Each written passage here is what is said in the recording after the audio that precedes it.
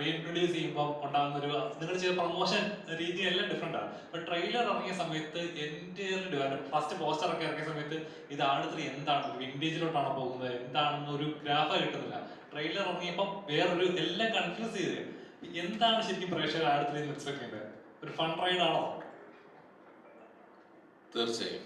കാരണം ഇന്നലെ ട്രെയിലർ കണ്ടു കഴിഞ്ഞപ്പോൾ തന്നെ ആളുകൾക്ക് മനസ്സിലായത് നമ്മുടെ രാജാവിൻ്റെ ക്യാരക്ടറൈസേഷൻ ഒരു പ്രത്യേക ഘട്ടത്തിലെത്തുമ്പോൾ നിങ്ങൾ കണ്ടതാണ്. നമ്മുടെ സിനിമയുടെ സ്വഭാവം പൂർണ്ണമായും വെളിവാക്കുകയാണ്. അപ്പോൾ ഇത് കണ്ടപ്പോൾ തന്നെ ഒരുപാട് ഇൻട്രസ്റ്റിംഗ് ആയിട്ടുള്ള തിയറീസ്, സ്പെക്യുലേഷൻസ്, അങ്ങനെ ഒരുപാട് കാര്യങ്ങൾ ഓൺലൈനിൽ ഫ്ലോട്ട് ആവുന്നുണ്ട്. എന്നാലും ഏറെക്കുറെ നമ്മൾ പറയാൻ ആഗ്രഹിച്ചത് തന്നെയാണ് ആളുകൾക്ക് മനസ്സിലായിരിക്കുന്നത്. നിങ്ങൾക്കത് ആദ്യത്തെ സെക്ഷൻ ഓഫ് പോസ്റ്റേഴ്സിൽ നിന്നൊക്കെ തന്നെ നിങ്ങൾക്കൊരു ക്ലൂ കിട്ടിയിട്ടുണ്ടാവും. ഒരു കാലഘട്ടത്തിൻ്റെ കഥ കൂടിയുണ്ട് നമ്മുടെ ആട് 3-ൽ. ഇത്തവണ നമ്മൾ ഒരു ടൈം ലൈനും കൂടി കൂടുതൽ അവതരിപ്പിക്കുന്നുണ്ട്. അത് നമുക്ക് ഏകദേശം മനസ്സിലായി കാണും. അപ്പം മറ്റൊരു ടൈം ലൈനിൽ ഒരു ഭൂതകാലത്തിൽ എന്ന് വിളിക്കാവുന്ന ഒരു കാലത്തിൽ ഇവരുടെ ലുക്ക് ആൻഡ് ഫീലുള്ള മറ്റൊരു കൂട്ടം പുതിയ ക്യാരക്ടേഴ്സ്, ഒരു ആട് 1-ൽ എങ്ങനെ ഷാജി പാപ്പനും സർബത്ത് ഷമീറും അറക്കലും ഒക്കെ വന്നോ അതുപോലെ ഒരു കൂട്ടം ആളുകൾ കൂടി നമ്മുടെ ആടിൻ്റെ യൂണിവേഴ്സിലേക്ക് വരികയാണ്. ആക്ച്വലി ആട് സിനിമാറ്റിക് യൂണിവേഴ്സ് എന്ന് നമ്മൾ പറഞ്ഞൊരു തമാശയ്ക്ക് പറഞ്ഞു തുടങ്ങിയതാണെങ്കിലും ഇപ്പം ഒരു 6-7 പുതിയ ക്യാരക്ടേഴ്സിൻ്റെ അഡീഷൻസോട് കൂടി നമ്മുടെ യൂണിവേഴ്സ് ഒന്നും കൂടി വലുതായിരിക്കുകയാണ്. നിങ്ങൾക്ക് അവരെ വേണമെങ്കിൽ മറ്റൊരു ടൈം ലൈനിൽ ജീവിച്ചിരുന്ന അല്ലെങ്കിൽ ജീവിക്കുന്ന ഒരേ രൂപസാദൃശ്യമുള്ള ആളുകൾ എന്ന് വിളിക്കാം, അല്ലെങ്കിൽ പുനർജന്മങ്ങൾ എന്ന് വിളിക്കാം. എങ്ങനെയാണെങ്കിലും നമ്മുടെ പടത്തിലേക്ക് ഒരു ടൈം ലൈൻ കൂടെ ആഡ് ചെയ്യപ്പെടുകയാണ്. ബേസിക് ഫ്ലേവറിലൊന്നും ഒരു മാറ്റവുമില്ല. നമ്മുടേത് ഹ്യൂമർ പടം തന്നെയാണ്. അത് നിങ്ങൾ കണ്ടതാണ് ട്രെയിലറിൽ. പിന്നെ scale, canvas, scope, production value എല്ലാം നമ്മൾ ഒന്ന് അപ്ഗ്രേഡ് ചെയ്തിട്ടുണ്ട്.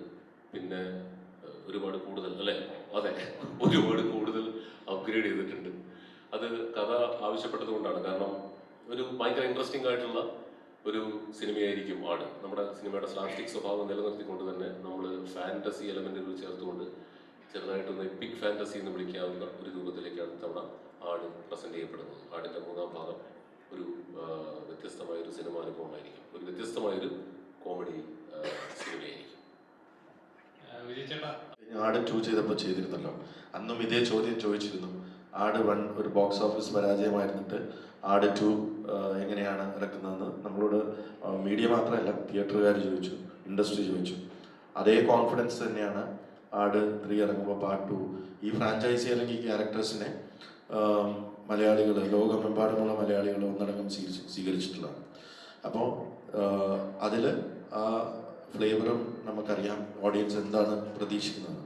നേരത്തെ മിഥുൻ പറഞ്ഞ പോലെ ഇതിൽ ആ ക്യാരക്ടേഴ്സിനോടൊപ്പം തന്നെ അവർ തന്നെ പെർഫോം ചെയ്യുന്ന, വേണമെങ്കിൽ പുനർജന്മം എന്ന് വിളിക്കാം, അല്ലെങ്കിൽ അതേ ടൈം ലൈൻസ്, പണ്ടത്തെ ടൈം ലൈൻസിൽ ജീവിച്ചിരുന്ന വേറൊരു ക്യാരക്ടേഴ്സിന് വിളിക്കാം. അത് ഓരോരുത്തരുടെ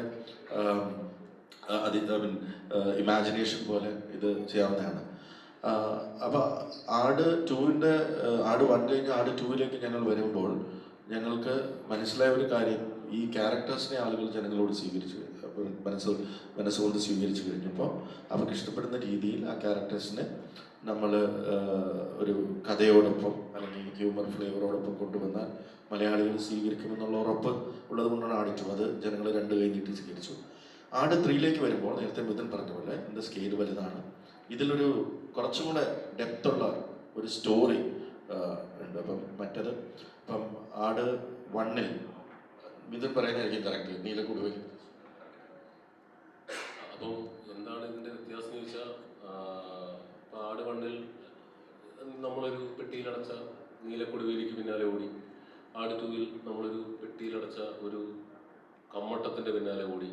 ആട് 3-ലും ആ ഓട്ടം പാപ്പനും സംഘവും തുടർന്നു കൊണ്ടേ ഇരിക്കുന്നു. 2 ടൈം ലൈനിൽ ചിലപ്പോൾ ഓടിയെന്ന് വരും. ഇത്രേ ഉള്ളൂ വ്യത്യാസം. ബേസിക്കലി ആ പഴയൊരു ടൈം ലൈൻ സൃഷ്ടിച്ചെടുക്കാൻ ഇത്തിരി കഷ്ടപ്പെട്ടു. അത് നിങ്ങൾക്ക് കാണുമ്പോൾ മനസ്സിലാവും.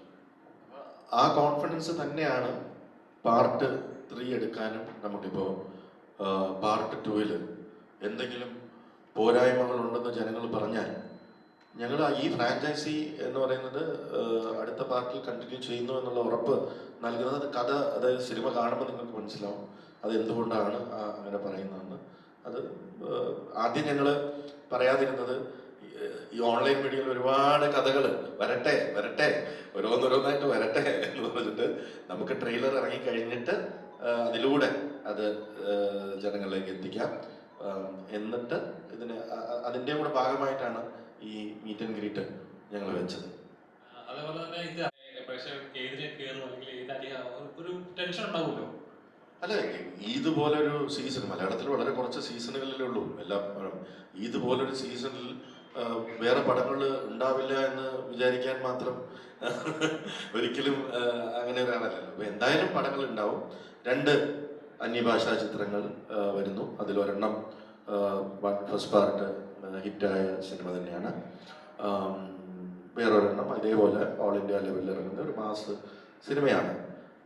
പക്ഷേ ആട് എന്ന് പറയുന്നത് മലയാളികളുടെ സ്വന്തം ഫ്രാഞ്ചൈസിയാണ്. മലയാളികൾ കഴിഞ്ഞ 8 വർഷത്തിൽ ഞാൻ ഏറ്റവും കൂടുതൽ കേട്ടിട്ടുള്ള ചോദ്യം ആട് 3 എന്ന് വരും എന്നുള്ളതാണ്. അതിനുള്ള ഉത്തരവുമായി ഞങ്ങൾ വരികയാണ്. നിങ്ങൾ ചോദിച്ച ചോദ്യത്തിനുള്ള ഉത്തരമാണ്.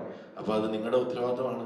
മലയാള സിനിമയെ സ്നേഹിക്കുന്ന അല്ലെങ്കിൽ ആടിനെ സ്നേഹിക്കുന്ന ഞങ്ങൾ കൊണ്ടുവരുന്നു. ഇനി നിങ്ങൾ പറയാം അതിൻ്റെ കൂടെ വേറെ പടം ഉണ്ടായിരുന്നല്ലോ, ഇനി എന്ന് പറഞ്ഞ് ഞങ്ങളെ കാര്യമായിരുന്നു ഒറ്റക്കിറക്കി, നിങ്ങളെന്താ ഒറ്റക്കിറക്കാൻ എന്നൊന്നും ചോദിക്കരുത്. പിന്നെ ഇത് ഒരു ക്ലീൻ വ്യൂ ചിത്രമാണ്, ഫാമിലി എൻ്റർടൈനർ. അപ്പോൾ ഒരു സമ്മർ കാലത്ത് ഹോളിഡേ തുടങ്ങുന്ന സമയത്ത് ഇതുപോലുള്ള ഒരുപാട് ഹോളിഡേയ്സ് ഉള്ള അല്ലെങ്കിൽ എക്സാമുകളൊക്കെ കുറേ കഴിഞ്ഞു, പിന്നെ കുറച്ച് 2-3 ദിവസം കഴിയുമ്പോൾ വീണ്ടും എല്ലാ എക്സാമുകളും കഴിഞ്ഞു, കുട്ടികളും ഫ്രീ ആണ്. അപ്പോൾ ഫാമിലിയോടൊപ്പം ഒരുമിച്ച് വന്നിരിക്കാവുന്ന, അതായത് 18+ അല്ല, 10 വയസ്സോ 5 വയസ്സോ 2 വയസ്സോ ഉള്ള കുട്ടികൾക്ക് പോലും അമ്മയ്ക്കും അച്ഛനോടൊപ്പം വന്നിരുന്ന് എൻജോയ് ചെയ്യാവുന്ന ഒരു കംപ്ലീറ്റ് ഫാമിലി എൻ്റർടൈനറാണ്. അതാണ് നമ്മുടെ ഓഡിയൻസ്. ഇതൊരു ക്ലീൻ വ്യൂ ചിത്രമായിരിക്കും എന്നുള്ളത് 24 പടത്തിൻ്റെ സെൻസറിങ്ങിന് പോയാൽ എനിക്ക് ഓൾറെഡി അറിയാം. അതുകൊണ്ട് ഇനി എന്തെങ്കിലും അങ്ങനെ ഒരു കട്ട് സെൻസർ പറഞ്ഞാൽ തന്നെ ഞങ്ങളത് കട്ട് ചെയ്യാൻ തയ്യാറുമാണ്. കാരണം ഇത് കുടുംബത്തോടെ ഒരുമിച്ചിരുന്ന് വന്ന് കാണേണ്ട സിനിമയായതുകൊണ്ട് ആ ഓഡിയൻസ് ആടിലേക്ക് വരും എന്ന് തുടക്കത്തിൽ തന്നെ ആടിലേക്ക് വരും എന്ന് ഞങ്ങൾ പ്രതീക്ഷിക്കുന്നു. എന്നുള്ളതുകൊണ്ടാണ് ദൃശ്യത്തിന് 2 ആഴ്ച മുമ്പേ ഞങ്ങൾ ഇറങ്ങുന്നത്.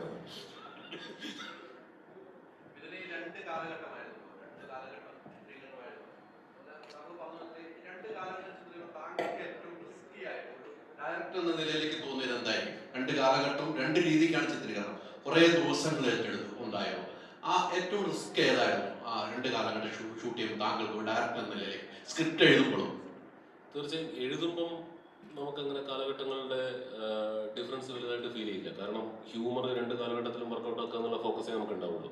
പക്ഷേ ഇത് എക്സിക്യൂഷനിലേക്ക് കടക്കുമ്പോഴാണ് നമ്മൾ ചലഞ്ചസ് നേരിടുക. കാരണം ഒരു 10-25 കുതിരകളൊക്കെ സിംഗിൾ ഫ്രെയിമിൽ വരിക എന്ന് പറഞ്ഞാൽ ഞാനങ്ങനെ കുതിരകളൊന്നും ഇതിനും ഒരുപാട് വെച്ച് ഷൂട്ട് ചെയ്തിട്ടില്ല എന്ന് തന്നെ പറയാം. അപ്പോൾ പെട്ടെന്ന് നമ്മളൊരു വലിയ ഒരു എപ്പിക് സെറ്റപ്പിലേക്ക് ചെല്ലുമ്പം അത് റിയലി ചലഞ്ചിങ് ആയിരുന്നു. കാരണം 5-6 ഷോട്ടുകളൊക്കെ മാത്രം എടുക്കാൻ പറ്റുന്ന ദിവസം ആക്ടേഴ്സ് ഹോഴ്സ് റൈഡിങ് പഠിക്കണം. അങ്ങനെ ഒരു കൂട്ടം ആക്ടേഴ്സ് ആ ഭാഗത്തൊക്കെ കൂടി ഇരിക്കുന്നുണ്ട്. അവരൊക്കെ ഹോഴ്സ് റൈഡിങ് പഠിച്ച് അത് ഇവരുമായിട്ട് കുതിരകൾ സെറ്റാവണം. അതിനിടയിൽ മഴ പെയ്യുന്നു. അങ്ങനെ ഒരു ഇപ്പം ഞങ്ങളൊരു 130ഓളം ദിവസം ഷൂട്ട് ചെയ്തത് ഏകദേശം 10 മാസത്തോളം എടുത്താണ്. മഴ ഒരു വലിയ ചലഞ്ചായിരുന്നു. ഇട്ട സെറ്റുകൾ കുറേ നശിച്ചുപോയി. പക്ഷെ അതെല്ലാം മറികടന്നുകൊണ്ട് നമ്മളിപ്പോൾ റിലീസിന് തയ്യാറെടുത്ത് നിൽക്കുകയാണ്. അപ്പോൾ ഓഫ്കോഴ്സ് ഭൂതകാലം ഷൂട്ട് ചെയ്തപ്പോൾ പാസ്റ്റ് ടൈം ലൈൻ ഷൂട്ട് ചെയ്തപ്പോൾ ഭയങ്കര ബുദ്ധിമുട്ടുകളുണ്ടായിരുന്നു, ചലഞ്ചിങ് ആയിരുന്നു. അറ്റ് ദ സെയിം ടൈം ഭയങ്കര കമ്പല്ലിങ് സിനാരിയോ ആയിരുന്നു. കാരണം നമ്മളിതുവരെ ചെയ്തിട്ടില്ലാത്ത ഒരു ഏരിയ എക്സ്പ്ലോർ ചെയ്തപ്പം എല്ലാവർക്കും അതൊരു കൗതുകമായിരുന്നു. ആ കൗതുകമാണ് നമ്മൾ ട്രെയിലറിൽ കാണുന്ന പാസ്റ്റ് ടൈം ലൈൻ വരുമ്പോൾ ആ വിഷ്വൽസിൻ്റെ പ്രൊഡക്ഷൻ വാല്യൂ, ക്വാളിറ്റി എന്നൊക്കെ പറയുന്നത്. എല്ലാവരും നമ്മുടെ DOP ആണെങ്കിലും നമ്മുടെ പ്രൊഡക്ഷൻ ഡിസൈനർ ആണെങ്കിലും കോസ്റ്റ്യൂം ആണെങ്കിലും എല്ലാവരും അതിനുവേണ്ടി ആത്മാർത്ഥമായി പ്രൊഡക്ഷൻ ടീമിൻ്റെ കൂടെ ജോലി ചെയ്തിട്ടുണ്ട്. അതുകൊണ്ട് തന്നെ അത് ഷൂട്ടിംഗ് ഇത്തിരി ബുദ്ധിമുട്ടായിരുന്നു. ബട്ട് സ്റ്റിൽ അപ്പം അത് എൻ്റർടൈൻമെൻറ്റ് ആക്കാനായിരുന്നു ഞങ്ങൾ ഈ കഷ്ടപ്പാടുകൾക്കിടയിലും ശ്രമിച്ചുകൊണ്ടിരുന്നത്. പിന്നെ 150 രൂപ കൊടുത്ത് സിനിമ കാണുന്ന പ്രേക്ഷകരെ സംബന്ധിച്ചിടത്തോളം എല്ലാ സിനിമയ്ക്കും ഒരേ കഷ്ടപ്പാട് തന്നെയാണ്. ബട്ട് ചലഞ്ചിങ് ഓഫ് കോഴ്സ് ഇതായിരുന്നു, ഭൂതകാലം ഷൂട്ട് ചെയ്യലായിരുന്നു. ഈ 2 കാലഘട്ടത്തിൽ ഡയറക്ടറും നിങ്ങളെല്ലാവരും ശ്രദ്ധിക്കേണ്ടായിരുന്നു. അത്തരമൊരു ശ്രദ്ധ ഏതിനായിരിക്കും ഏറ്റവും കൂടുതൽ വേണ്ടി വന്നിരുന്നത്? അവരുടെ നമുക്ക് ചിരിക്കണം, 2 കാലഘട്ടം ചിരിക്കാൻ പറ്റുമെന്ന് പറയുന്നത്. അപ്പൊ കറക്റ്റ് ആയിരിക്കും മീറ്റർ പോകേണ്ട, കറക്റ്റ് മീറ്ററിൽ തന്നെ പോകണം. അതിൽ ഏറ്റവും ശ്രദ്ധ ചെലുത്തിയത് ഏതിലായിരിക്കും? അതിൽ ഭൂതകാലത്തിലെ കോമഡികൾക്ക് ഭാഷാപരമായ ചില പരിമിതികൾ വരും. നമ്മളിവിടെ അടിക്കുന്ന പോലത്തെ നമ്മുടെ മോഡേൺ സ്ലാങ് ഉപയോഗിച്ചിട്ട് നമുക്ക് അവിടെ എളുപ്പത്തിൽ ഒരു സാധനം പറഞ്ഞ് ഫലിപ്പിച്ച് രക്ഷപ്പെടാൻ പറ്റില്ല. അപ്പം അവിടെ നമ്മൾ ചിലപ്പം കൊളോക്കിയൽ അന്ന് കാലത്ത് ഉപയോഗിച്ചിരുന്ന മലയാളം പറഞ്ഞാൽ ചിലപ്പോൾ ഇന്നത്തെ കാലത്ത് ആൾക്ക് മനസ്സിലായില്ല എന്ന് വരും. അങ്ങനെ ഒരു അപകടം ഉണ്ടായിരുന്നു. അപ്പോൾ അന്നത്തെ കാലത്തെ ഭാഷ എന്ന് പറയുന്ന സാധനത്തിനെ ഏറ്റവും സിമ്പിളായിട്ട് ക്രാക്ക് ചെയ്തിട്ട് സംസാര ഭാഷയിലേക്ക് ആക്കി, എന്നാൽ ആ ഒരു ഡിഫറൻസ് ഫീൽ ചെയ്യണമല്ലോ. ആ ഡിഫറൻസ് ഫീൽ ചെയ്ത് ഹ്യൂമർ ക്രിയേറ്റ് ചെയ്യാൻ വേണ്ടി എല്ലാവരും കഷ്ടപ്പെട്ടിട്ടുണ്ട്. കാരണം പറയുന്ന ഹ്യൂമറൊക്കെ റിജക്റ്റ് ആയിക്കൊണ്ടിരിക്കും. കാരണം ആ കാലത്ത് നമുക്ക് പറയാൻ പറ്റില്ല. അപ്പം അതിൻ്റെ ഭാഷയെല്ലാം ഒരു അല്പം പഴയ കാലത്തേക്ക് വെച്ച് അതൊരു സംസാര ഭാഷയാക്കി മാറ്റി. അങ്ങനെ ഇപ്പം ഇദ്ദേഹം ചെയ്യുന്ന കഥാപാത്രത്തിൻ്റെ പേര് എഞ്ചിനീയർ വറീദ് മാപ്പിള എന്നാണ്. വറീദ് മാപ്പിളയ്ക്ക് ഒരു കാരണവശാലും സർബത്ത് ഷമീർ പറയുന്ന പോലെ ആ ഭാഷയിൽ ആ ഭാഷാ പ്രയോഗം തന്നെ പറ്റില്ല. അപ്പം അത് ഇദ്ദേഹം ആസ് ആൻ ആർട്ടിസ്റ്റ് ഇദ്ദേഹം പറയുന്ന ഹ്യൂമറുകൾ നമ്മൾ പലതവണ പറഞ്ഞു നോക്കി. അത് നമ്മൾ നാട്ടുകാർക്ക് മനസ്സിലാവുകയും വേണം. അപ്പം അങ്ങനെ ഒരു ചിത്രീകരണ സമയത്ത് അങ്ങനെ ഭാഷാപരമായ ചില എന്താ പറയുക ഇൻട്രസ്റ്റിംഗ് ആയിട്ടുള്ള ട്രീറ്റ്മെൻറ്റുകൾ നമ്മൾ കഷ്ടപ്പെട്ട് പിടിച്ചിട്ടുണ്ട്. അത് ആ ഭാഷകളുടെ വ്യത്യാസമാണ്. ഈ വിജയ് ബാബു കഴിഞ്ഞ ദിവസം എൻ്റെ ഇന്റർവ്യൂ ഹ്യൂമർ സിനിമ ചെയ്യാൻ ഭയങ്കര ഇഷ്ടമുള്ള ആളാണ്. അപ്പം ജേട്ടൻ ഒരുപാട് കാലം പല പ്ലാറ്റ്ഫോമുകളിൽ ഹ്യൂമർ ചെയ്തിട്ടുള്ളത് കൊണ്ട് ഒരു ഹ്യൂമർ സിറ്റുവേഷനെ ഇപ്പം നമ്മളൊരു ഹ്യൂമർ സിറ്റുവേഷൻ 10 രീതിയിലൊക്കെ വേണമെങ്കിൽ നമുക്ക് ക്രാക്ക് ചെയ്യാം. അങ്ങനെ ഒരു 6 7 രീതി ക്രാക്ക് ചെയ്യാൻ ശ്രമിക്കുന്ന ഒരാളാണ് ജയേട്ടൻ. അപ്പം സ്വാഭാവികമായും അദ്ദേഹത്തിൻ്റെ ക്യാരക്ടറിനെ വെച്ച് ഒരുപാട് ഹോംവർക്കുകളൊക്കെ ആയിട്ടാണ് വരിക. എന്നിട്ട് അത് അവിടെ വന്ന് നമ്മളിങ്ങനെ റിഹേഴ്സ് ചെയ്ത് അതിനകത്ത് ഏറ്റവും നല്ലതെന്ന് തോന്നുന്നതാണ് നമ്മൾ എടുക്കുക. അപ്പം അത് ജയേട്ടൻ ആട് 1 മുതൽ നമ്മൾ പിന്തുടരുന്ന ഒരു രീതിയാണ്. ഒരു ഹ്യൂമർ സിനിമ ഇനിയിപ്പോൾ ചേട്ടൻ വരികയാണെങ്കിൽ ചേട്ടൻ അത് പ്രിപ്പയർഡ് ആയിട്ട് ചേട്ടനെങ്കിൽ ഒരുപാട് കൗണ്ടേഴ്സ് ഉണ്ടാവും. അതിനകത്ത് ചിലപ്പം നല്ല സാധനങ്ങൾ തിയേറ്ററിൽ രസകരമായിട്ട് വർക്കൗട്ട് ആവുന്ന സാധനങ്ങൾ നമ്മൾ ഫിൽറ്റർ ചെയ്തെടുക്കും. അപ്പോൾ ചേട്ടനോട് വർക്ക് ചെയ്യാന്നുള്ളത് അങ്ങനത്തെ ഒരു മൂഡിലാണ് പോവുക. മുണ്ടിലും ജിബയിലും പറ്റാവുന്ന രീതിയിൽ ഉള്ള പരീക്ഷണങ്ങളാണ് നിങ്ങൾ ട്രെയിലറിലൊക്കെ കണ്ടത്. അത് ജയേട്ടൻ്റെയും സരിത ജയസൂര്യ ചേച്ചിയുടെയും ഡിപ്പാർട്ട്മെൻറ്റാണ്. അപ്പോൾ ചെറിയ ട്വീക്കിങ്ങുകൾ മോഡിഫിക്കേഷനുകൾ വരുത്തിക്കൊണ്ട് ആ പാപ്പനിസം നിലനിർത്തിക്കൊണ്ടുള്ള കോസ്റ്റ്യൂംസ് തന്നെയാണ് നമ്മൾ ശ്രമിച്ചിട്ടുള്ളത്. ഇപ്പോൾ ആട് 1-ലുള്ളവരുടെ കഥാപാത്രങ്ങൾ ആട് 2-ലേക്ക് വന്നപ്പോൾ ഇച്ചിരി ഗ്രാഫ് കൂടി. അപ്പോൾ അബുവിന്റെ കഥാപാത്രമായാലും എല്ലാം അങ്ങനെ. അപ്പൊ ആട് 3-ലേക്ക് വരുമ്പോൾ എത്രത്തോളം വ്യത്യാസമുണ്ടോ ഓരോ കഥാപാത്രം? ഇച്ചിരി എക്സ്പ്ലോർ ചെയ്യാനുള്ള സ്പേസ് കൂടുതലാണോ കുറയാണോ? എക്സ്പ്ലോർ ചെയ്യാനുള്ള സ്പേസ് കൂടിയിട്ടുണ്ട് ഇത്തവണ ട്രെയിലറിൽ പ്രാതിനിധ്യം കണ്ടതുപോലെ സാത്താൻ സേവറിൻ്റെ ഏരിയ കുറച്ച് കൂടിയിട്ടുണ്ട്. ആ ക്യാരക്ടർ കഥയിൽ നിർണായകമായ ഒരു ഏരിയയിൽ പുള്ളിൻ്റെ സീനുകളുണ്ട്. പിന്നെ ക്യാപ്റ്റൻ ക്ലീറ്റസിൻ്റെ ഏരിയ കുറച്ചും കൂടി എക്സ്പ്ലോർ ചെയ്തിട്ടുണ്ട് 2 കാലത്തിലും.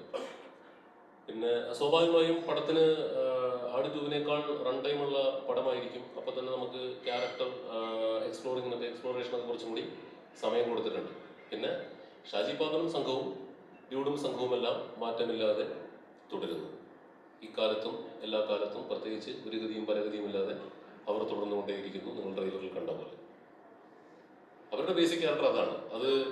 അത് മാറുക എന്നുള്ളത്, അത് മാറുന്നിടത്ത് ആട് ഫ്രാഞ്ചൈസ് അവസാനിക്കുകയാണ്. ഷാജി പാപ്പൻ എന്ന് രക്ഷപ്പെടുന്നു അന്ന് ആട് അവസാനിക്കും. അപ്പോൾ അവർ രക്ഷയില്ലാതെ തന്നെ തുടർന്നുകൊണ്ടേയിരിക്കും. രക്ഷപ്പെടുത്തില്ല. അതുപോലെ ഒരു സമയത്ത് ഒരു വാർത്ത കേട്ടു ആട് 3D-യിലാണ് ഇറങ്ങുന്നത്. അപ്പൊ ആ രീതിയിൽ എന്തെങ്കിലും ചർച്ച വന്നിരുന്നോ അതോ അത് മാറ്റിയതാണോ? കറക്റ്റ് ആട് 3D ചോദിക്കലും സൈജുവേട്ടനോടെ വന്നിരുന്നു. അദ്ദേഹമായിരുന്നു ആട് 3D-യിൽ ചെയ്യാന്നുള്ള പ്ലാൻ വെച്ചത്. ആക്ച്വലി അങ്ങനെ ഒരു പ്ലാൻ ഉണ്ടായിരുന്നു, ആലോചന ഉണ്ടായിരുന്നു. പക്ഷേ സിനിമ ഇത്രയും വലുതായി മാറിയതിനു ശേഷം അതിൻ്റെ പോസ്റ്റ് പ്രൊഡക്ഷൻ എടുക്കാൻ പോകുന്ന ഒരു സമയം അത്യാവശ്യം ദൈർഘ്യമുള്ളതാണ്, ലെങ്തി പ്രോസസ്സാണ്. അപ്പോൾ പിന്നെ എപ്പിക് ഫാൻറ്റസിയിലേക്ക് നമ്മൾ മാറിക്കഴിഞ്ഞപ്പം ആ ഒരു കോംപ്ലിക്കേഷൻ കൂടി നമ്മൾ ഈ പറഞ്ഞ പോലെ ആ ടൈം എന്ന് പറയുന്ന ഒരു സാധനം ഉണ്ടല്ലോ, 3D കൺവേർഷന് വേണ്ടി മൊത്തം അതിനി തൽക്കാലം വേണ്ടാന്ന് പിന്നീട് തീരുമാനിക്കുകയായിരുന്നു. ഇനീഷ്യലി അങ്ങനെ ഒരു പ്ലാൻ ഉണ്ടായിരുന്നു. അന്ന് സിനിമ ഇത്ര വലുതല്ലായിരുന്നു. റൈറ്റിംഗ് സ്റ്റേജിൽ നമ്മളൊരു ബേസിക് സ്ട്രക്ചറേ ആയിട്ടുണ്ടായിരുന്നുള്ളൂ. പിന്നെ നമ്മുടെ ഷൂട്ടും എല്ലാം നീണ്ടുപോയപ്പോൾ 3D എന്നുള്ള പ്ലാൻ സ്വാഭാവികമായും നടക്കാതെ വന്നു. പിന്നെ അത് ഡ്രോപ്പ് ചെയ്തു. ഞങ്ങളൊരു കുടുംബമാണ്. ഞങ്ങൾ ആട് എന്ന് പറയുന്ന കുടുംബമാണ്. അവരുടെ തിരക്കുകളൊക്കെ ആടിന് വേണ്ടി മാറ്റിവെച്ച് വരും എന്ന് വിശ്വസിച്ച് തന്നെയാണ് ഈ പ്രോജക്റ്റിലേക്ക് ഇറങ്ങിയത്. അങ്ങനെ തന്നെ ഓരോ ആക്ടറും ഇതിനകത്ത് സഹകരിച്ചിട്ടുണ്ട്. ഇത് അവർക്കും കൂടെ ഇഷ്ടപ്പെട്ട ക്യാരക്ടറാണ്, അവർക്കും കൂടെ വേണ്ട ക്യാരക്ടറാണെന്നുള്ളത്. പിന്നെ വളരെ മുമ്പ് തന്നെ പ്ലാനിങ് 2024 ഫെബ്രുവരിയിൽ നമ്മൾ അനൗൺസ് ചെയ്ത് അന്ന് തൊട്ട് തുടങ്ങിയ പ്ലാനിങ് ആണ്. ഏകദേശം 8 മാസം മുമ്പ് തന്നെ നമ്മളെല്ലാവരോടും പറഞ്ഞിരുന്നു. ആ ഇരിക്കുന്ന സൈജു കുറുപ്പ് ഏകദേശം 4 പടം, ഇന്ന് മലയാളത്തിലെ ഏറ്റവും തിരക്കുള്ള നായക നടന്മാരിലൊരാളാണ്.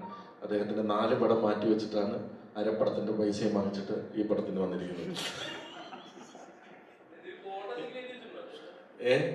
മെന്റൽ ബോണ്ടാണ്, ഞങ്ങളെല്ലാവരും തമ്മിലൊരു മെന്റൽ ബോണ്ടിലാണ് ഇത് വർക്ക് ചെയ്യുന്നത്. അങ്ങനെ ഞങ്ങൾ പണ്ടത്തെ മലയാള സിനിമയാണ് ഫോളോ ചെയ്യുന്നത്. വാക്ക് കൊടുത്തു, വാക്കിന് പിന്നെ മാറ്റമില്ല. പേപ്പറുകളൊക്കെ എന്താണ്, പേപ്പർ കൊണ്ടൊന്നും നമ്മൾ ഈ കുടുംബത്തിലെ ഒരു അംഗവുമായിട്ടൊരു പേപ്പർ വെച്ചിട്ട് അതിൻ്റെ പേരിൽ ഒരു ചർച്ച അല്ലെങ്കിൽ അസോസിയേഷൻ പോവുക അങ്ങനെയൊന്നും വിചാരിക്കുന്ന രീതിയല്ല. ഈ കുടുംബത്തിലെ ഓരോ അംഗങ്ങളും, ആർട്ട് ഫ്രാഞ്ചൈസിലെ ഓരോ അംഗങ്ങളും ഇതിൻ്റെ ഭാഗമാണ്. നമ്മൾ ആസ് എ പ്രൊഡക്ഷൻ ഹൗസ് ഈ സിനിമയെ സ്നേഹിക്കുന്ന പോലെ തന്നെ അവരും ആ ക്യാരക്ടേഴ്സിനെ സ്നേഹിക്കുന്നു. എനിക്കറിയാം ഈ സിനിമയിലെ ഓരോ കഥാപാത്രങ്ങളും ഞങ്ങൾ തന്നെ പല സിനിമകളുടെ ഭാഗമായിട്ട് ഇപ്പോൾ ഈ സൈജുവും ഞാനുമായിട്ട് പോയിട്ടുണ്ട്. എന്നെ ഷമീർ സാറെ എന്നും സൈജുവിനെ അബു എന്നാണ് വിളിക്കുന്നത്. ഞങ്ങൾ ചിലപ്പോൾ അറിയാതെ തിരിഞ്ഞു നോക്കാതെ പോകും. അപ്പോൾ ചോദിക്കും ജാടയാണോ, അപ്പോഴാണ് പോകും നമ്മളെയാണല്ലോ വിളിച്ചതെന്ന് പറഞ്ഞ് തിരിഞ്ഞു നോക്കിയിട്ടുണ്ട്. അപ്പം അത്രമാത്രം എന്നോട് ഇന്ദ്രൻ ചേട്ടൻ പറഞ്ഞിട്ടുണ്ട്, എത്രയോ സിനിമകളിൽ അഭിനയിച്ചിട്ടുണ്ട്, ഇപ്പോൾ പോകുമ്പോൾ പലയിടത്തും പോകുമ്പോൾ ശശികാചാര്യനെ വിളിക്കണമെന്ന്. അപ്പം അതാണ് അതിൻ്റെ, അപ്പം അത്രയും മാത്രം അവർ സ്നേഹിക്കുന്നുണ്ട്. അതുകൊണ്ട് ഈ സിനിമയായിട്ട് വളരെ വളരെ നല്ല രീതിയിൽ എല്ലാ ആക്ടേഴ്സും ഓരോ എനിക്ക് ജയസൂര്യ തൊട്ടിട്ട് വേറെ ഒരു സിനിമയും ജയസൂര്യ സിനിമയുടെ സമയത്ത് ചെയ്തിട്ടില്ല. 6 മാസം എന്ന് പറയുന്നത് 10 മാസത്തോളം ഷൂട്ട് പോയി, 10 മാസത്തോളം. അതിനുശേഷം ലുക്ക് ചേഞ്ച് ഉണ്ടായിരുന്നു. അതിൻ്റെ ഇടയിൽ നേരത്തെ മിഥുൻ പറഞ്ഞ പോലെ ഹോഴ്സ് റൈഡിങ് പഠിക്കാനായിട്ട് കുറേ സമയം അവരെടുത്തു. അതിൻ്റെ പഴയ കാലത്തെ ഇപ്പം മേക്കപ്പിനും കോസ്റ്റ്യൂമിനും തന്നെ ഓരോ ദിവസവും 1-2 മണിക്കൂറൊക്കെ ഓരോ ക്യാരക്ടേഴ്സിന് എടുക്കാറുണ്ട്.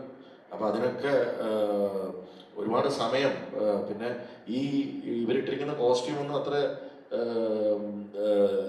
ഹെവി ലൈറ്റ് വെയിറ്റ് ഉള്ള സാധനങ്ങളൊന്നും അല്ല. ഞാനിടയ്ക്ക് ചോദിച്ചു, ഈ രാജാക്കന്മാരൊക്കെ പണ്ട് ഇങ്ങനെയായിരുന്നോ, രാവിലെ എണ്ണീട്ട് ഇതൊക്കെ ഇട്ട് ഇങ്ങനെയാണോ ഇറങ്ങി നടക്കാറ്, ഈ സാധനം വെച്ചിട്ടാണോ ഇവരൊക്കെ യുദ്ധത്തിന് പോകുന്നത്? ബിക്കോസ് ആ തലയിലിരിക്കുന്ന ഹെൽമെറ്റിന് ഏകദേശം 3 കിലോയോളം ഭാരമുണ്ട്. അപ്പോൾ അത് സ്റ്റെഫി എന്ന് പറയുന്ന ഞങ്ങളുടെ കോസ്റ്റ്യൂം ഡിസൈനർ 6 മാസമോ 5 മാസമോ കണ്ടാണ് ഇതിൻ്റെ പ്രൊക്യൂർമെൻറ്റിന് മാത്രം നടന്നിട്ടുള്ളത്. സ്റ്റെഫി പല ഇൻ്റർവ്യൂവിലും പറഞ്ഞിട്ടുണ്ട്. അതായത് രാജസ്ഥാൻ, ഡൽഹി, നോർത്ത് ഇന്ത്യയിൽ മൊത്തം, അതുപോലെ ഹൈദരാബാദ്, അങ്ങനെയുള്ള പല സിനിമകളിൽ നിന്ന് കൂടാതെ ഇന്ത്യയിലെ വലിയ ഇതവനാൽ പീരിയോഡിക് സിനിമ ചെയ്തിട്ടുള്ള മറ്റുള്ള കോസ്റ്റ്യൂം ഡിസൈനേഴ്സുമായിട്ടും കൂടെ കൺസൾട്ടൻ്റായിട്ട് വെച്ചിട്ടാണ് നമ്മൾ അത് അവരുടെ നിന്നും കൂടെ ഒക്കെ ബോറോ ചെയ്തിട്ടുണ്ട്. അപ്പം അത്രയും കഷ്ടപ്പെട്ടാണ് സിനിമ. 10 മാസത്തോളം എൻ്റെ ഷൂട്ട് നടന്നു എന്ന് പറയുമ്പോൾ തന്നെ എന്തുമാത്രം ആ ആക്ടേഴ്സ് ഈ സിനിമയെ സ്നേഹിക്കുന്നുണ്ടെന്ന് അറിയാം. സോ ബോണ്ടും കാര്യങ്ങളൊന്നുമില്ല, വാക്കാണ്. ഇതിൻ്റെ പാർട്ട് 2 ഉണ്ടാവും എന്നൊക്കെയുള്ള അറിയാം. പിന്നെ ഈ പാപ്പനൊക്കെ രക്ഷപ്പെടത്തില്ലെന്നൊക്കെ ഇതും ചുമ്മാ ഒരു നമ്പർ അടിച്ചതാ. ഇപ്രാവശ്യം രക്ഷപ്പെടാനുള്ള സാധ്യത ഞാൻ കാണുന്നുണ്ട്.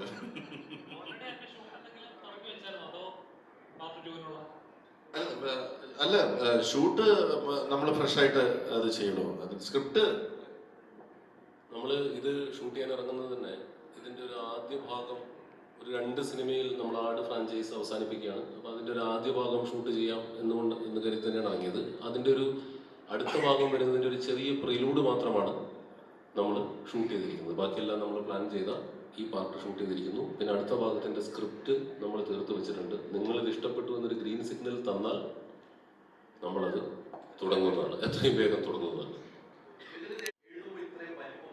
ഇത്രയും വലിയൊരു, അതായത് ഇപ്പോൾ നേരത്തെ പറഞ്ഞ ശമ്പളത്തിൻ്റെ കാര്യമൊക്കെ വന്നുള്ളൂ, നെഗോസിയേഷൻ്റെ കാര്യമൊക്കെ എല്ലാവർക്കും വാരിക്കോരി ശമ്പളം കൊടുത്തേക്കാന്നൊക്കെ കരുതിയാണ് നിർമ്മാതാവ് വരുന്നത്. പക്ഷേ സ്ക്രിപ്റ്റ് വായിച്ചു കഴിഞ്ഞപ്പോഴാണ് ആ പ്ലാനെല്ലാം തകിടം പറിച്ചത്. കാരണം ബഹുഭൂരിപക്ഷ ശമ്പളവും നമുക്ക് സ്ക്രീനിലേക്ക് കാണിക്കാൻ ആവശ്യമായി വന്നു. അപ്പോൾ ആ വലിപ്പം നമ്മൾ എഴുത്തിൽ തന്നെ ഉണ്ടായിരുന്നു. അപ്പോൾ അത് ഷൂട്ട് ചെയ്ത് തുടങ്ങിയപ്പോൾ അതിങ്ങനെ ചലഞ്ചിങ് ആവും നമുക്കറിയാമായിരുന്നു. അതുകൊണ്ടാണ് നമ്മൾ വിജയചേട്ടൻ, വേണുചേട്ടനെ കൂടി പ്രൊഡക്ഷനിലേക്ക് കൊണ്ടുവരുന്നത്. കാരണം അങ്ങനെ ഒരു സ്കോപ്പുള്ള ഒരു വലിയ സംരംഭമാണ് ആട് 3. അപ്പോൾ അത് 2 പാർട്ട് സിനിമയായിട്ട് കൺസീവ് ചെയ്തു. ഇതിൻ്റെ ഫസ്റ്റ് പാർട്ട് നമ്മൾ എക്സിക്യൂഷൻ കഴിഞ്ഞ് ഒരു പ്രിലൂഡും ചെയ്തിട്ടുണ്ട്. പ്ലസ് സെക്കൻഡ് പാർട്ടിൻ്റെ സ്ക്രിപ്റ്റ് തീർത്ത് വെച്ചിരിക്കുന്നു. ഇതിൻ്റെ സ്വീകരണത്തിനനുസരിച്ച് നമ്മൾ അതിൻ്റെ ഷൂട്ടിങ്ങിലേക്ക് കടക്കുന്നതാണ്. ഇനി ഇതാ ഞാൻ പറയുന്നു, റെഡിയാണ്. ചുമ്മാ ഹൈദരാലി ഉണ്ടെന്നുള്ള വരവറിയിച്ചതല്ലേ, എല്ലാം റെഡിയാണ്. ഈ ആട് 1-ഉം ആട് 2-ലും ഇല്ലാത്ത വലിയ താരങ്ങളെ ആട് 3-ലേക്ക് പ്രതീക്ഷിക്കണം. മെയിൻ കഥാപാത്രങ്ങളെല്ലാം ഇത് തന്നെയാണ്. പിന്നെ നിങ്ങൾ ട്രെയിലറിൽ കണ്ടമല്ലോ, ഒരാൾ വേറൊരു നമ്മുടെ ഹോളിവുഡിൽ നിന്നും ഒരു ആക്ട്രസ് വരുന്നുണ്ട്, അലിയ ബോൺ എന്നാണ് അവരുടെ പേര്. ഓൾറെഡി നിങ്ങൾ ട്രെയിലർ കണ്ടാണ്. അതാണ് മെയിൻ കഥാപാത്രം. പിന്നെ ചെറിയ ചെറിയ കഥാപാത്രങ്ങൾ വന്നും പോയി ആടി 2-ലും 1-ലും ഉള്ള പോലെ തന്നെ വന്നും പോയി നിൽക്കും. സോഷ്യൽ മീഡിയയിൽ കുറെ റൂമേഴ്സ് സ്പ്രെഡ് ചെയ്യുന്നുണ്ട് ലാലേട്ടൻ മമ്മൂക്ക. അത് തീർക്കാനാണ് ഞങ്ങൾ ഇവിടെ ഇരിക്കുന്നത്. ചോദിച്ചോ എന്താ കംപ്ലീറ്റ് ആയിട്ടില്ലല്ലോ. എന്താ? ലാലേട്ടൻ മമ്മൂക്ക ഇല്ല ഇല്ല ഇല്ല. ഇപ്പം മൾട്ടിപ്പിൾ ജോണറിൽ സിനിമ ചെയ്യുന്ന ഡയറക്ടേഴ്സ് ഭയങ്കര ബ്രില്യൻ്റ് ആണെന്ന് പറയലുണ്ട്. ഇപ്പോൾ കഴിഞ്ഞ 2 സിനിമകൾ നോക്കിക്കഴിഞ്ഞാൽ ത്രില്ലർ സിനിമകളാണ്.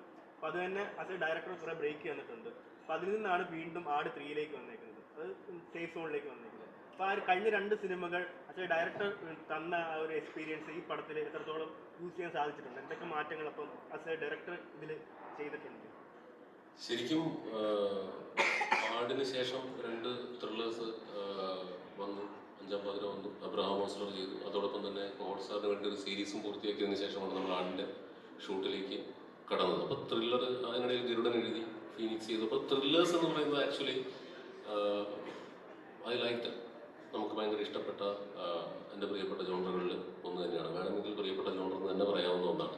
പക്ഷേ ഇപ്പോൾ കോമഡി സേഫ് സോൺ എന്ന് പറയുമ്പോൾ ആക്ച്വലി കോമഡിയാണ് പാട്, ബുദ്ധിമുട്ട്. കാരണം ത്രില്ലർ ചിലപ്പോൾ നമുക്ക് എങ്ങനെയെങ്കിലുമൊക്കെ ത്രില്ലൊക്കെ അടുപ്പിച്ച് ചിലപ്പോൾ രക്ഷിച്ചെടുക്കാനൊക്കെ പറ്റിയേക്കും. പക്ഷേ ഹ്യൂമറിന് നമ്മൾ ഒരു ഹ്യൂമർ സീൻ ക്രിയേറ്റ് ചെയ്തിട്ട് നിങ്ങൾ ചിരിച്ചില്ലെങ്കിൽ പോയി. ഇപ്പോൾ ലോക സിനിമയിൽ ആക്ച്വലി എല്ലാവരും പറയുന്നത് എടുത്തു ഫലിപ്പിക്കാൻ ഏറ്റവും ബുദ്ധിമുട്ടുള്ള ജോണറാണ് കോമഡി. അതെന്തുകൊണ്ടോ ആദ്യം തന്നെ ഓം ശാന്തി ഓശാനയിൽ തുടങ്ങിയപ്പോൾ അതെ പല ഏജ് ഗ്രൂപ്പിലും പല ഹ്യൂമർ, അങ്ങനെ ഒരുപാട് ചലഞ്ചസ് ഉണ്ട് ഹ്യൂമറിന്. അപ്പോൾ അതെന്തുകൊണ്ടോ ഓം ശാന്തി ഓശാനയിൽ അത് ക്ലിക്കായപ്പോൾ അതിൻ്റെ ഒരു നാക്ക് പിടിച്ച് നമ്മൾ കുറച്ച് സിനിമകൾ ചെയ്തതാണ്. അത് ആടിലും വർക്കൗട്ടായി. പിന്നെ പ്രിയപ്പെട്ട ജോണർ ചെയ്യാനൊരു അവസരം കിട്ടിയപ്പോൾ ത്രില്ലേഴ്സ് ചെയ്തു. നമ്മൾ ഓൾറെഡി ആട് 3, ആട് 2-ൻ്റെ സമയത്ത് അനൗൺസ് ചെയ്തതാണ്. തിരിച്ചു വീണ്ടും നമ്മൾ ഹ്യൂമറിലേക്ക് വരുന്നു. ഇത്തവണ നമ്മൾ പുതിയൊരു ആടുമായിട്ട് വരികയാണ്. 8 വർഷം. ശരി, എന്നോട് അത് ഞാൻ നിങ്ങളോട് ചോദിക്കേണ്ട ചോദ്യമല്ലേ. ഇത് ആക്ച്വലി നമ്മൾ ആടിനകത്ത് ഐറ്റം സോങ് എന്ന് പറഞ്ഞൊരു കോൺസെപ്റ്റ് ഇല്ല. നമ്മൾ ഫാമിലി സിനിമ ആയതുകൊണ്ട് നമ്മളൊരു ഡാൻസ് സെറ്റ് ചെയ്യും, ഒരു എന്റർടൈൻമെന്റ് ഡാൻസ്. കഴിഞ്ഞ പ്രാവശ്യം നിക്കോളും സോണലുമാണ് കളിച്ചത്. അതങ്ങനെ ഒരു ഐറ്റം സോങ് പരിപാടിയായിട്ടില്ല. നമ്മളൊരു നന്നായി ഒരു ഹെവി ഡാൻസ് ചിത്രീകരിക്കുക, ആ സോങ് എന്റർടൈൻമെന്റ് ആകുക എന്നുള്ളതാണ് നമ്മുടെ മുഖമുദ്ര. കാരണം ഒരിക്കലും നമുക്കൊരു ഐറ്റം സോങ് വെച്ചിട്ട് നമുക്ക് യു സർട്ടിഫിക്കേഷൻ കിട്ടില്ല. അത് സെൻസർ ബോർഡിന്റെ പാരാമീറ്റേഴ്സിന്റെ ഓപ്പോസിറ്റ് ആണ്. അപ്പോൾ ഇതിനകത്ത് നമ്മളൊരു ഡാൻസ് ആണ് ആക്ച്വലി എല്ലാ ആടിലും നമ്മൾ ആട് 2 മുതൽ ഉദ്ദേശിക്കുന്നത്. അപ്പോൾ അത് ഞാൻ രാവിലെ ഒരു ദിവസം കണ്ണു തുറന്ന് നോക്കുമ്പോൾ സോഷ്യൽ മീഡിയയിൽ നിഖില ഐറ്റം ഡാൻസ് കളിക്കുന്നു എന്ന് പറഞ്ഞ് വലിയ വാർത്ത. അപ്പോൾ എന്നോട് ഡയറക്ടർമാർ സുഹൃത്തുക്കൾ തന്നെ 1-2 പേര് ചോദിച്ചു, നിഖില ഡാൻസ് കളിക്കുന്നുണ്ട്. അപ്പം ഞങ്ങൾ ഇതൊന്നും അറിയാതെ ഒരു മൂലയ്ക്ക് ഇരിക്കുകയാണ്. നിഖിലനോട് ചോദിച്ചപ്പോൾ നിഖില അന്ന് ആ പടം വരട്ടെ പറയാമെന്ന് പറയുകയും ചെയ്തു. ആക്ച്വലി നിഖിലയുടെ ഐറ്റം ഡാൻസ് എന്ന് പറഞ്ഞ കോൺസെപ്റ്റ് തന്നെ ഇല്ല. നമുക്ക് ഡാൻസ് ഉണ്ട്, അത് ഈ പറഞ്ഞ പോലെ ഒരു ആള് വന്ന് നമുക്ക് ഡാൻസ് ചെയ്യുന്നുണ്ട്. ഓഫ് കോഴ്സ് നിഖില അല്ല. അതെന്താന്ന് വെച്ചാല് ഒരു സിറ്റുവേഷന് അനുയോജ്യമായിട്ടുള്ള കോസ്റ്റ്യൂം ഇട്ടിട്ടല്ലേ ഡാൻസ്. ഇപ്പം ഒരു കൊള്ള സംഗീതത്തിൽ ഡാൻസ് കളിക്കുമ്പോൾ ഭരതനാട്യത്തിന്റെ ഡ്രസ്സ് ഇട്ട് കളിക്കാൻ പറ്റില്ലല്ലോ. അതുകൊണ്ട് നമ്മുടെ ഈ സിനിമയിലെ കഥാപരമായിട്ട് എങ്ങനെയാണോ അത് ചിത്രീകരിക്കേണ്ടത് അങ്ങനെയാണ് ചിത്രീകരിക്കുക. അതിനെ ഐറ്റം ഡാൻസ് എന്നൊന്നും വിശേഷിപ്പിക്കാനായിട്ട് ഞങ്ങളില്ല. അത് നല്ല ഹെവി ആയിട്ടുള്ളൊരു പെർഫോമൻസ് ഇതിനകത്തുണ്ട്. അത് ആ ക്യാരക്ടർ അല്ലെങ്കിൽ ആ സിറ്റുവേഷൻ അനുയോജ്യമായിട്ട് എങ്ങനെയാണോ ചിത്രീകരിക്കേണ്ടത്, എന്ത് കോസ്റ്റ്യൂമാണോ വേണ്ടത്, അതാണ് ഇട്ടിരിക്കുന്നത്. മാത്രമല്ല വെച്ച് കണ്ടോ, എന്നിട്ട് കിട്ടുന്നില്ലെങ്കിൽ കൂടിയാൽ മതി. ഇപ്പൊ അടുത്തതിൽ നമുക്ക് 3D വെച്ച് കാണാൻ ഒരു അവസരം ഉണ്ടാവുമോ? അല്ലെങ്കിൽ അതേപോലെ സഹിച്ചിട്ട് ഇത് തന്നെ വെച്ച് കണ്ടോ, എനിക്ക് ക്ലിയർ ആവില്ല. അതാ പ്രശ്നം. ആടെന്ന് പറയുന്ന ഒരു മാസ് ഫിലിമാണ്. അപ്പം എല്ലാ ഒരു മാസ് വൈഡ് റിലീസാണ് ഉണ്ടാവുക. എല്ലാ തിയേറ്ററിലും അതിനുള്ള സിറ്റുവേഷൻ ഉണ്ടോ. പിന്നെ അത് നാളെ ഒന്നാമതേ കോസ്റ്റ് കൂടുതലാണ്. പിന്നെ വേണമെങ്കിൽ നമുക്ക് കുറച്ച് ഭാഗം 3Dയിലൊക്കെ ഷൂട്ട് ചെയ്യാം. പിന്നെ അത് ഞങ്ങളൊന്ന് ഡിബേറ്റ് ചെയ്തപ്പോൾ നമ്മുടെ ഫ്രാഞ്ചൈസി ഇങ്ങനെ ആയിരുന്നു, ഇനിയും ഇതിൻ്റെ ഭാഗങ്ങളുണ്ട്, സ്പിൻ ഓഫ്സ് വരാം, പല പല കാര്യങ്ങൾ ആടിന് റിലേറ്റഡ് ആയിട്ട് വരാം. അതെല്ലാം ഇത് ഒരെണ്ണം 3D ചെയ്ത് കഴിഞ്ഞാൽ പിന്നെ ഫ്യൂച്ചറിസ്റ്റിക്കലി എല്ലാം അങ്ങനെ തന്നെ പോകേണ്ടതായിട്ട് വരും. അതുകൊണ്ട് ഇതിപ്പോൾ ഇങ്ങനെയാണ്, നാളെ ഇതിൻ്റെ ഒരു സ്പിൻ ഓഫോ എന്തെങ്കിലും നമ്മൾ പ്ലാൻ ചെയ്യുമ്പോൾ ഇത് 3D ചെയ്യണമെന്നുണ്ടെങ്കിൽ നമുക്ക് നോക്കാം. സൈചേട്ടനാണ് 3Dയുടെ ഒരു ഐഡിയ അതെ. അപ്പൊ അതേപോലെ ആർട്ടിസ്റ്റുകൾ വേറെ എന്തെങ്കിലും ഐഡിയാസ് പറഞ്ഞിട്ടുണ്ട്? ഒരുപാട് ഇതിനകത്ത് ഒരുപാട് നേരത്തെ മൃദം പറഞ്ഞ പോലെ ഒരുപാട് ഇംപ്രവൈസേഷൻ. നിങ്ങൾ ആട് 2-ലും 1-ലും ചിരിച്ചിട്ടുള്ള പല ഹ്യൂമറുകളും അതിന്റെ കോൺട്രിബ്യൂഷൻ വന്നിട്ടുള്ളത് ആക്ടേഴ്സിന്റെ കയ്യിലാണ്. അത് ആഡിൽ നമ്മൾ മിഥുൻ ആ ഫ്രീഡം എല്ലാവർക്കും കൊടുക്കാറുണ്ട്. കോൺട്രിബ്യൂഷൻസ് ആ വെൽക്കം. പക്ഷേ നേരത്തെ പറഞ്ഞ പോലെ ആട് 3 എന്ന് പറയുന്നത് ഓൾറെഡി സ്ക്രിപ്റ്റ് ലെങ്ത് കൂടുതലാണ്. നമുക്കറിയാം ലെങ്ത് കൂടുതലാണ്. 100 സീൻ ഉണ്ടെങ്കിൽ ഒരു സീനിൽ 1 മിനിറ്റ് വെച്ച് ഇംപ്രവൈസേഷൻ കയറുമ്പോൾ തന്നെ 100 മിനിറ്റ് കൂടുന്നു. നമുക്ക് തിയേറ്ററിൽ വരുമ്പോൾ ഇതിന് എടുക്കാനുള്ള ഒരു ലിമിറ്റ് ഉണ്ട്. അതുകൊണ്ട് പല കാര്യങ്ങളും നമുക്ക് അങ്ങനെയാണ് ഡിബേറ്റ് ചെയ്യുന്നത്. മോശമായതുകൊണ്ടല്ല, ആക്ടേഴ്സ് പറയുന്ന ചില സജഷൻസ് ഒക്കെ ബ്രില്യൻ്റ് ആണ്. പക്ഷേ ഒന്ന് നമുക്ക് നേരത്തെ പറഞ്ഞ പോലെ ഓരോ ഏജ് ഗ്രൂപ്പിനെയും സാറ്റിസ്ഫൈ ചെയ്യുന്ന, ഇപ്പം ഇന്ന് ഒരു 15 വയസ്സുള്ള കുട്ടി സംസാരിക്കുന്ന ഭാഷ അല്ലെങ്കിൽ അവർ എൻജോയ് ചെയ്യുന്ന കോമഡിയുടെ പാറ്റേൺ വേറെയാണ് അവരുടെ. എന്നാൽ 60 വയസ്സ് ഉള്ള ഒരു മുതിർന്ന സിറ്റിസൺ സംസാരിക്കുന്ന അല്ലെങ്കിൽ അവരുടെ ഹ്യൂമർ വേറെയാണ്. ആടിന്റെ ഓഡിയൻസ് ഇത് രണ്ടുമാണ്. 15 വയസ്സും 60 വയസ്സും 70 വയസ്സും. അപ്പൊ അവർക്കും മനസ്സിലാവണം. അപ്പൊ ആ ഒരു ബാലൻസിങ് ആക്ട് കൊണ്ടുവരിക. അതിനോടൊപ്പം തന്നെ ആട് 3 ശക്തമായ ഒരു സ്റ്റോറി ഉണ്ട്. ഇപ്പൊ ആട് 1-ല് നീലക്കൊടുവേലിൽ മുറേ പുറകെ പോയി, ഇതില് ആട് അല്ലെങ്കിൽ കമ്മട്ടത്തിന്റെ പുറകെ പോയി. ഇതിൽ കുറച്ചും കൂടെ ഈ 2 ടൈം ലൈൻ എസ്റ്റാബ്ലിഷ് ചെയ്യാനുള്ള ഒരു സമയവും ആ സ്റ്റോറി എസ്റ്റാബ്ലിഷ്മെന്റ് അതും ഞങ്ങൾക്ക് വേണം. അപ്പൊ അതുകൊണ്ടാണ് കോമഡികൾ ഡിബേറ്റ് ചെയ്ത് അതിൽ ആ ബാലൻസിങ് ആക്ട് ചെയ്ത് കറക്റ്റ് ആയിട്ടുള്ള കാര്യങ്ങൾ മാത്രം എടുത്ത് പോയിക്കൊണ്ടിരുന്നത്. നമ്മൾ ആ ട്രെയിലറിൽ കണ്ട രാജാവിൻ്റെ ആ ലുക്കുകളിലാണ്. അപ്പോൾ അത് തന്നെ ചിത്രീകരണം ഏകദേശം ഒരു 4-5 മാസത്തോളം പോയി. അപ്പോൾ അത്രയും കാലം അവർ ആ ലുക്ക് മെയിൻറ്റെയിൻ ചെയ്യേണ്ടി വന്നു. പിന്നെ നമ്മൾ അത് ബ്രേക്ക് ചെയ്തിട്ട് പ്രസന്റ് ടൈമിലേക്ക് വന്നപ്പോഴത്തേക്കും എല്ലാവരും ഗെറ്റപ്പുകൾ പിടിച്ചു. അപ്പോൾ അത് കുഴപ്പമില്ലായിരുന്നു, കാരണം നമ്മുടെ കണ്ടിന്യൂറ്റി ഗെറ്റപ്പാണല്ലോ. പക്ഷേ മറ്റേ കാലം ഇതിന് ലുക്കും വെച്ച് ഒരുപാട് കാലം അത് മെയിൻറ്റെയിൻ ചെയ്ത് നടക്കേണ്ടതായിട്ട് വന്നു. ബേസിക്കലി ഒരു 4-5 മാസം ഒരു ലുക്കിൽ തന്നെ നടക്കേണ്ടി വന്നിട്ടുണ്ട് ആ പാസ്റ്റ് ടൈമിൽ അതിൻ്റെ ഒരു ലുക്കിൽ.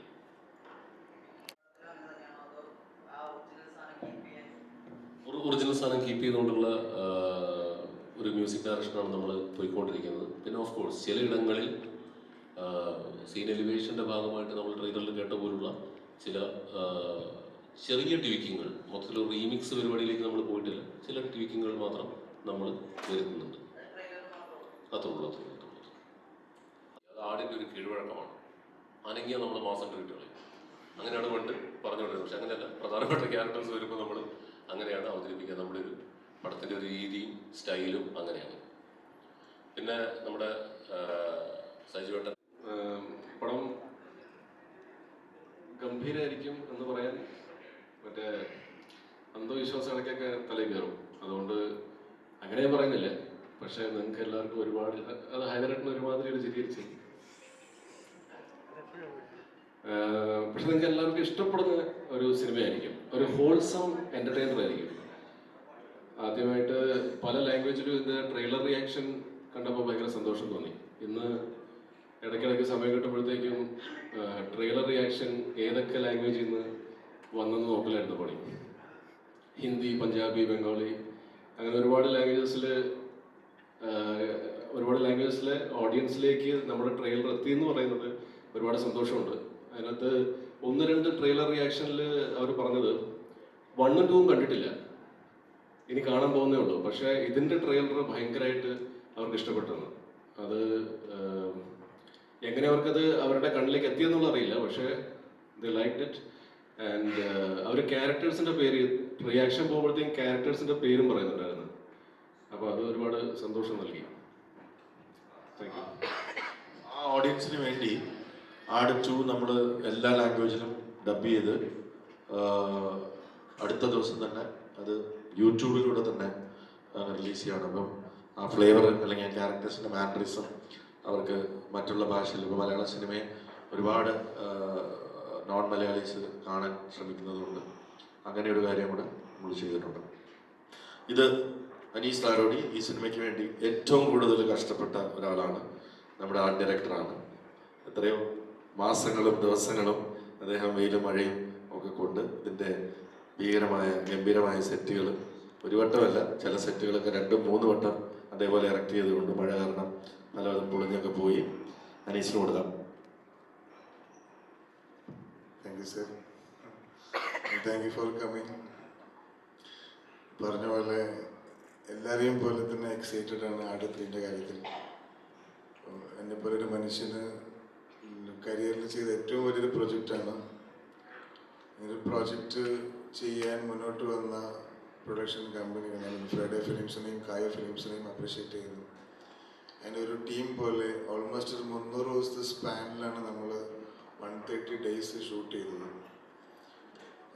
മഴയോടും കാലാവസ്ഥയോടൊക്കെ ഭയങ്കരമായിട്ട് സ്ട്രഗിൾ ചെയ്തിട്ടും ഫൈറ്റ് ചെയ്തിട്ടുമാണ് അത് കംപ്ലീറ്റ് ചെയ്തിട്ടുള്ളത്.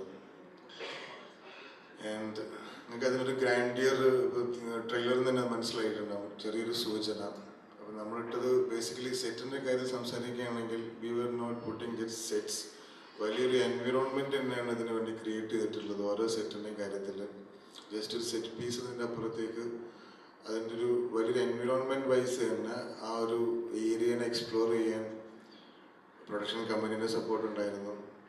ആൻഡ് ഇത്രയും നല്ലൊരു ടീം വർക്കും കരിയർ വൈസിൽ ഇറ്റ് ഈസ് മൈ 28ാമത്തെ പടമാണെന്ന് തോന്നുന്നു. ബട്ട് ഇത്രയും ഭംഗിയായി ഇത്രയും ആവേശത്തോടു കൂടി 1ാം നാൾ മുതൽ ഏറ്റവും അവസാന ദിവസം വരെ ഇപ്പോൾ തിയേറ്ററിൽ റിലീസിന് വേണ്ടി എല്ലാവിധ സർവ്വസന്നാഹങ്ങളോട് കാത്തുന്നൊരു സിനിമ വേറെയില്ല. So I am requesting you all to reach theatre with family and friends on March 19th. Thank you.